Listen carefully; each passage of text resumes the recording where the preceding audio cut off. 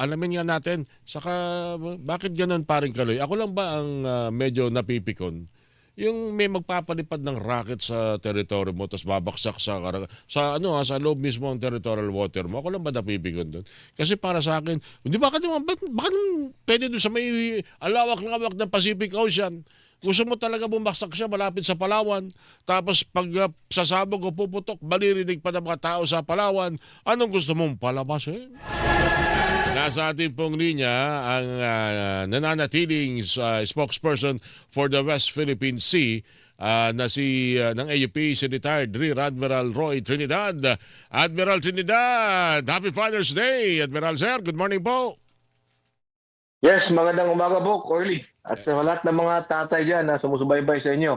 Happy Father's Day, lalong-lalo na po sa iyo. Ganyan din po sa inyo, Admiral. Lalo na siyempre din sa mga mangingisda na ilang taon nang apektado ng tensyon diyan sa West Philippine Sea. Kaya kung saan-saan po sila napapadpad, makahuli lang po ng isdang maibibenta at may pantutustos sa kanilang pamilya. Dahil diyan, siguro kumustahin ko, matensyon pa rin po ba dahil nung nakalipas ng mga araw nung may makita mga floating kung ano man na platform diyan sa may Scarborough Shoal, apektado yung pagbiyahe ng mga mangingisdang Pilipino eh. Kumusta ho ngayon, Admiral Trinidad, sir? Yes, yung huling pinakahuli natin na MDA flight. Alam mo, Bok, gumagawa ng MDA flight, AFP, Coast Guard, BFAR. Before, apo. Para i-confirm yung tinatawag nating floating object na ginamit ng Chinese Communist Party dyan sa Baho de Masinloc, ay wala na doon. Mhm. Pero Pero parang yung ibang mga kinabit nila, may dalawang malaking buya doon, may mga antena yun, yung harang sa bukana ng Baho de Masinloc, ay naandun pa rin. Okay. Meron daw pumalit eh. Parang research ship. Tama ba yan? Yeah, yun, may namataan din na isang barko na gumagawa ng research sa vicinity ng Baho de Masinloc. Ito kasama ito sa monitor natin sapagkat yung mga ito research, hindi naman ito authorized, Lalong pag hindi sila ng paalam sa atin. Tongji, yun, Chinese research vessel pala yun, Tongji, yung namataan po doon. Ito rin yata yung ilan sa mga napapansin natin na talagang pinipilit lumapit doon sa ating 12 nautical miles na territorial, bukod pa doon sa ating mga exclusive economic zone, na tinatangka talaga nilang dumikit sa mga sa loob mismo ng mapa ng Pilipinas, Admiral. Yeah, alam mo, kahit na hindi umabot sa 12 nautical miles, doon pala sa EEZ natin na 200 nautical miles, ay dapat sila ay sabi sa atin pag magkakandak na research. Kung hindi naman yan innocent passage, dapat ay magsasabi sila. Magpapaalam. Basta naman sa ating DFA, wala naman nakafile na paalam na magkakandak na research sa atin. Alright. Anyway, Admiral, sa tingin ninyo, nababagay ba, napapanahon ba? Kasi nung nakalipas na mga araw, dahil sa pangyayaring yan, mukhang may nagmumungkahi na mag-file ng panibagong kaso sa Arbitral Tribunal, Permanent Court of Arbitration. Kaugnay po sa mga insidenteng ito, paglalagay po nila ng platform at paghaharang sa entrada po ng Scarborough Shoal o Panatag Shoal sa loob po ng Exclusive Economic Zone ng Pilipinas, yung panibagong pagkasampa ng kaso, napapanahon po ba ito, Admiral? Alam mo, ang makapagsabi talaga niyan, Bo, will be the Department of Foreign Affairs at yan ay pinag-uusapan sa iba't ibang ahensya ng gobyerno, interagency. Pero yan ay isang option ng ating gobyerno to be able to, kung nais sila mag-file ng panibagong case sa Arbitral Tribunal, at pinag-uusapan naman yan, I believe right now, na one of the options that the government could undertake is to file a new case. And I believe ayaw naman ng kabilang side nun. Kaya nag-iingat din sila, but we have every reason and every right to file a new one. Alright. May mga pagkakataon pa na binabanggit nyo, magkakaroon tayo ng territorial flight. Pag-check, magpapalipad din sila ng mga jet pa nila. Kung chopper sa atin, helicopter sa atin, sa kanila, mga fighter jet ang gagamitin. Kung merong makikitang mga vessel ng BFAR, Coast Guard, magpapadala rin dyan sa bahagi na yan ng West Philippine Sea ng malalaki mga barko nila. Ngayon ba'y talagang mas matensyon ba ngayon ituturing natin, ang lugar na yan, ang karagatan? Meron ba sa tingin ninyo dahilan kung bakit may gantong tension tayong na-experience o nakikita at na-oobserbahan, Admiral? Yeah, alam mo Bok, yung tama yung sinabi mo, no, na may mga aircraft na namomonitor, nakikita, nabibidyohan natin sa Baho de Masinloc, sa Scarborough Shoal. Hindi lamang ito mga helicopters na Navy, PLA Navy, kundi pati PLA Air Force at mga maritime aircraft nila, mga jet, fighter jets, Aha. na nakikita natin, na monitor natin. Ito ay labag sa nakalagay sa UNCLOS Mhm. na hindi naman yan innocent passage, hindi naman freedom of navigation to include aerial flight, eh dapat yan ay pinapaalam sa atin. Kamakailan lamang merong 4 na PLA Navy ships na sumalubong sa isang barko natin diyan sa Baho de Masinloc. Eh ito naman again, hindi ito nagpapaalam yung kanang illegal presence diyan parate. Mhm. China-challenge natin ito, minomonitor, nire-record natin. Yun ang ginagawa din nila sa atin, china-challenge tayo, but we have every right. Sapagkat ayon naman sa international law, Arbitral Tribunal ruling 2016, tayo ang may karapatan dyan, may sovereignty and sovereign rights sa ating maritime domain. So ang ginagawa niya ay illegal at dapat magpaalam. Ito ay nag-create ng tension. Ito ay against naman sa sinasabi nila na tayo ang nag-create ng tension sa region. Sa totoo lang, sila ang gumagawa ng tension sa region. Mhm. Okay, mas magiging, sa tingin niyo mas magiging maigting ba itong gantong presensya ng mga barko ng militar at eroplano ng People's Liberation Army Air Force ng China sa darating na mga araw? Ito, paano ito kakaharapin? Paano ito titiyakin na hindi maigigit o hindi magkakaroon ng panibagong isla na naman natatambakan ang People's Liberation Army Navy ho ng China tulad ng Mischief Reef at ng Panganiban Reef at kung ano-ano pa na nagsimula sa bato o bahura, ginawa nilang isla. Ang malungkot pa, may mga balita pa na lupang tinatambak galing pa raw ng Pilipinas. May ganun, may ganun ba kayo na monitor talaga, Admiral? Kaya una sa lahat, yung sinasabi yung lupa na tinatambak o ginagamit sa mga reclaim ay galing sa atin. Ang monitor natin ay yung mga rare earth minerals or black sand mining Aha. na kinukuha sa atin at inuuwi sa mainland China. Yung iba nito pwedeng nilagay sa West Philippine Sea, pero ang unang pinakuhaan nila ay yung kapaligiran din ng ating mga features, sinasuction, tinatambak. Nakita natin yan sa mga MDA flights natin. Oh, talaga? Na massive ito, massive reclamation to. Oo. Parang ginagawa dyan sa Manila Bay. Sa Sinasuction Manila Bay. nila, nililipat sa kabilang site. Kung medyo malayo, sinasuction, sinasakay sa barko nila, and then dinadump nila dun sa artificial island. In 1995, una ito na monitor natin sa Mischief Reef. So back then, iba naman yung sitwasyon, iba yung ating kakayanan sa ngayon. Kaya yung ating monitoring, MDA flights and everything, is almost 24/7. I would even say 24/7. Mhm. Just to ensure na hindi maulit ang nangyari sa Mischief Reef. Aha. And ito ay nilalabang sa atin sa international community. Part ito ng ating Transparency Initiative para makita ng buong bansa, buong daigdig, ano ang ginagawa ng Partido Komunista ng China sa ating EEZ. Mhm. Kakalungkot naman yun. Parang tayo pa ang magiging susi para tuluyang makamit nila maging isla yung mga bahurang yan. Sa atin pa kasi galing ang lupa. Hindi ko lang alam kung meron bang ginagawang paano ba ito babantayan, Admiral? Paano ba natin ito masusuri na walang gantong mangyayari? Dahil isang paglabag yun sa ating konstitusyon. Yung black sand mining kasi hindi lang yan pag-ubos ng di ba, Admiral? Hindi lang pag-ubos ng buhangin sa dalampasigan, kung hindi maaring ang isa ring ginagawa nila diyan ay yung tumatapyas o nagpapatag ng mga kabundukan, Admiral.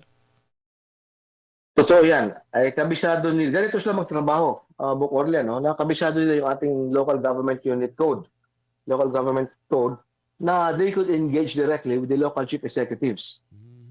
Ito dapat, supposed to be kung may national security implication ito, dapat sa national level Dapat siya hindi. magpaalam. Oo, mukhang Since ito isang... Sige, tuloy mo, Bok. mukhang kinakailangan yata bantayan itong mga kausap itong mga ito ng mga local government unit.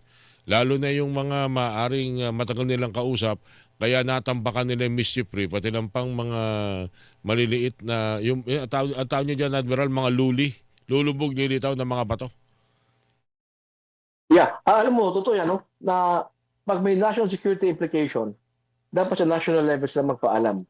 Ang nangyari ngayon, they know there is a gap in the local government code. Mhm. So they engage directly with the local chief executives, pero nakakandak sila ng river dredging in the guise of black sand mining or exploiting rare earth mineral sa atin. Ito ay binabalik all the way up to mainland China. So ito ay isang bagay na binabantayan din natin at hinahanapan natin ng paraan to Mhm. be able to regulate it through legislation. Mhm. Well, I think dapat sigurong tingnan itong mga gantong klase ng pagmimina at lalo na sa ating Mining Act, yung black sand mining. Depende siguro kung saan talaga matutukoy na ito'y dadalhin dahil baka mamaya itong batas na ito, akala natin ay mapapaunlad ang ating ekonomiya. Eh baka maging pa to para lulumit ang ating teritoryo. Totoo yan, totoo yan. And ito ay isang bagay na ika nga, pwede mong isara ang gripo papunta sa kanila. Mhm. Itong area na ito. And we are I think we are the number one or number two supplier of rare earth minerals sa kanila. Legally or illegally. Mm. Siguro baka pwedeng pag-aralan yan ano. Yung mga maaring mga mina na nadadala kung saan-saan. Ako, marami pa naman ang pagkakaalam ko sa Mindanao. Andito sa may Luzon din. Region 2 in particular. Yung mga maaring makuha nila mga black sand. Teka muna, nawala yata si Admiral. Babalikan natin. Mahalaga na kasi ating susunod na katanungan, mga pahabol na mga question na lang. Okay ba, singit ko lang ito, Andoy, yung mga nakikinig sa atin ng mga ama sa ating pong YouTube channel. Sina Joel Flores, George Casim, Armin Espiel, good morning. Joyan, good morning. Benjamin Hilario, good morning. Alex Esguera, happy Father's Day. Jose Balmores, Ramel Disipulo, Rico Jun Puno, at Marilu de la Rosa sa ating YouTube. Morning po sa inyo. Mukhang dapat siguro, Admiral Trinidad, na masuri yan, mapag-aralan yan. Yan kung papaano ang transaksyon na binibigay natin sa mga bansa na bandang huli, yung transaksyon na yon ay siya pala nagiging dahilan para naman tayo magkaroon ng problema tulad ng pagliit ng ating teritoryo, lalo na territorial water, Admiral. Yes, totoo yan. Again, like sinabi ko mo kanina, in the past, di natin napapansin masyado ito. Doon tayo nakatutok sa Mischief Reef. Mhm. And then yung Baho de Masinloc and then sa Ayungin Shoal. Ngayon napapansin natin na yung galamay ng United Front Works Department ay nandito rin sa lupa natin. So nakatuon tayo doon. Kamakailan lamang binanggitan natin yung espionage, yung environmental damage sa corals dan sa Ayungin Shoal. Kasama ito, yung sinasabi ko sa iyo, rare earth minerals na binabantayan natin to include the influx of foreign nationals coming from mainland China. Marami itubok na binabantayan natin sa lupa natin, hindi lamang sa karagatan. Dapat palang maimbestigahan yung mga kausap nilang mga local government official. Lalo na dun sa mga maaring illegal na nagsasagawa ng pagmimina, lalo-talo na yung nagpapatag ng mga bundok. Tapos dadalhin pala dun sa mga inaangkin nila mga isla, yung mga lupa na yon. Kaya pala maraming mga local LGU ang galit na galit pag may mga ginagawang ganito mga pahayag ang AFP sa usapin ng West Philippine Sea. Admiral, ano? Totoo yan mo, kasama ito sa foreign malign influence nila.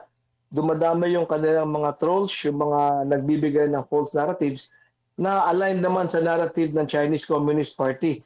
Nabanggit mo kanina, local chief executive, kamakailan lamang, was it 2 years ago, ina-elect natin si Alice Guo, na talaga namang Chinese national. Nabanggit namin noon na ito ay tip of the iceberg lamang. Kailangan pa magbabantay tayo rito kasi baka maulit naman yung ganun. Alright. Anyway, huli na lang siguro, Admiral. Ano ang reaksyon lalo-talo na doon sa mahilig ka bang bumiyahe ng Hong Kong? Bihira ka naman yata naniligan ng Hong Kong. Parang mas gusto mong bumiyahe ka sa Cebu, sa Davao. Hindi ka naman Akong bumiyahe ng Hong Kong, Macau, tsaka mainland Bucorle. meron ka bang itinerary dahil mukhang parang ayaw. Hindi ko lang alam kung si Secretary Chodoroy gusto pumunta sa mga lugar na yan. Pero anong reaksyon nyo at pinagbabawalan siya dahil sa kanyang mga statement ukol niya sa tensyon sa West Philippine Sea, Admiral? Number one, ito ay maliwanag na pananakot. Kita naman natin ang napaka-effective ni SND pagdating sa Shanghai Dialogue. Hindi lamang this year. pati last year and the previous years. Siya ang nangunguna sa ating defense diplomacy. Ang dami na nalagdaan na enhanced defense relations sa iba't ibang bansa. Yung mga sinasabi niya ay tumatama sa kanila. At malalaman natin na tumatama, batay naman sa reaction nila. The mere fact he was sanctioned after they sanctioned Senator Tolentino, it only shows that tama ang ginagawa niya. Tayo naman sa hanay ng AFP, total support tayo sa ating SND. And we have to expect na ito ay magpapatuloy. There will be more of this. Kamakailan lamang nasampahan naman siya ng kaso locally ng isang grupo ng mga Pilipino.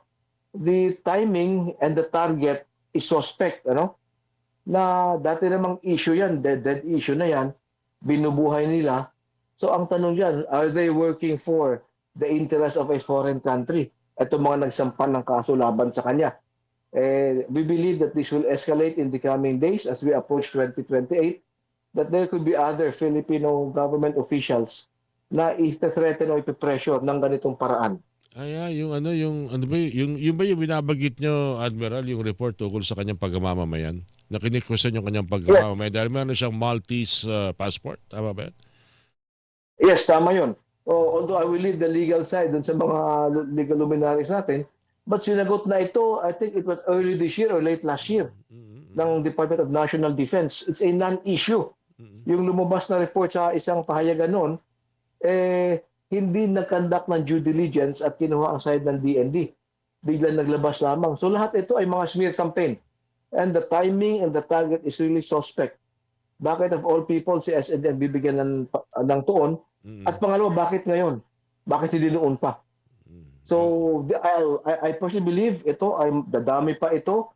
There will be others who are speaking for our national interest and against the interest of the Chinese Communist Party na posibleng gagawa din ng ganitong smear campaign. So dapat bang paghandaan natin ang mga balita na ikaw saka si Commodore Tariela ay hindi pwede tumutong sa Hong Kong sa Macau? Bagay, di naman kayo mahilig mamasyal doon, Admiral? Alam mo, wala sa plano natin yan. Pangalawa, Macau, Hong Kong, tsaka mainland China, pwede kang gawa ng issue doon na may sira yung passport mo, etc. whatever. So, we never know. Maliban din talaga, wala tayong plano pumunta doon. Alright, Admiral, maraming salamat muli. And again, happy Father's Day. Maraming salamat dito sa binahagi ninyo mga impormasyon kaugnay sa sitwasyon at tensyon sa West Philippine Sea na talaga namang patunay na hindi lamang yung mga nasa kabilang panig ng daigdig ang ating pinoproblema. Meron din po tayong mga dapat tingnan at bantayan dito mismo sa ating bansa na maaring kausap nila ng gobyerno ng China. Admiral, thank you po sa inyo, sir. Maraming salamat, Bok Orly. At sa iyo rin, Happy Father's Day. Ganon din kay 91 Bong Nebria, Kaloy Sabare at kay Al Tumanda. Maraming salamat, Bok. Lahat na ng Sambisi Class of 91, baka yung iba'y nakikinig ngayon sabagay marami at magagandang lalaki yung mga yan. Happy Father's Day sa inyo, Sambisi Class 91 ng PMA. 91. Thank you, sir. Salamat, Bok. Salamat, Bok. Retired Admiral Roy Trinidad, mga kapuso, AUP spokesperson for the West Philippine Sea, ang inyong pong napakinggan. Walang pinopro